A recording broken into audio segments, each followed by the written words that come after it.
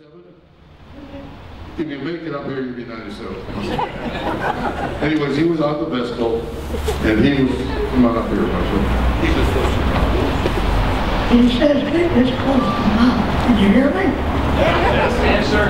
Well, my stories are not too much different from anybody else, except I joined the Navy as a young man, 21 years old, in 1937. Early breakfast, and the mailman was in there, and he had a note for me. He said, "Here's a note for you." I read the note, and what the note said was, one of my friends from a little town in Colorado had joined the Navy, and he was aboard the Arizona. Well, I had a few minutes, so I thought, well, I'll walk over the Arizona. Time I got over there, it was 36 hours, and the captain of the day and told him my business, and turned around, I looked out over the harbor, and here I see 3 planes. You see them off the torpedoes. You could see the weight in the back of the torpedoes burning that ship. And I would say it was less than just about getting it over in 5 minutes. Why, they had us over in 5 minutes practically. So when I looked over there, it came up, and if you've ever been in an earthquake, the ship felt more like an earthquake than a mama did it. It shook. That's when the torpedoes hit it. And about, I would say, 2.5 to 3 minutes, the bomb went down the smokestack, the Arizona, and blew up. Now I want to get to the battleship sailors. Which was a 3rd class petty officer. I kept the ship's records, and also I worked with a gunnery officer, and we had to inventory all of the black cordite and the ammunition and all of our small arms every Friday for the Navy Department.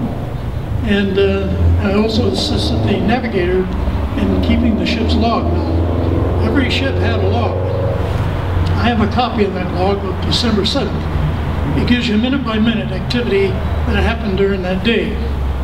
Now, my experience is this. I get up in the morning, and if you can get the scenario where every morning you get up and every ship had a band, and these were the big bands of our era, and they would play some of the Sousa music, and they would also play the Stars, our national anthem. And this music going across Pearl Harbor was very comforting, and it was very relaxing. As I recall, the inboard forward was the California, and the Maryland, the Tennessee, and the Arizona.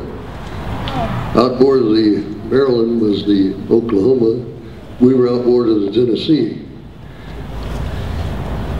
And evidently, it was a quirk of fate that we were outboard instead of inboard.